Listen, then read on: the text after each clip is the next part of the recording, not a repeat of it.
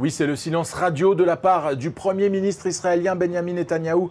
N'a en effet pas réagi à la mort du souverain pontife, le pape François, décédé il y a maintenant plus de 24 heures. Le président israélien Yitzhak Herzog, en revanche, a été lui un des premiers chefs d'État à saluer hier un homme de foi profonde et de compassion sans fin. Alors comment faut-il interpréter le silence de Benjamin Netanyahou aujourd'hui? Peut-être parce que le Premier ministre israélien a plus d'amis parmi les évangélistes, très nombreux aux États-Unis et soutien inconditionnel à Israël, alors que les relations entre l'État hébreu et le Vatican n'ont jamais vraiment été au beau fixe. Le Premier ministre a pourtant déclaré dernièrement, lors de sa visite à Washington, je cite, qu'il n'y a pas de plus grand partenariat que celui de l'État d'Israël et les chrétiens croyants du monde entier. Même si Israël s'est souvent dit offensé du silence supposé du Vatican lors de la Seconde Guerre mondiale. Et puis peut-être surtout parce que le pape François a toujours été en faveur d'une solution à deux États pour régler le conflit israélo-palestinien, une position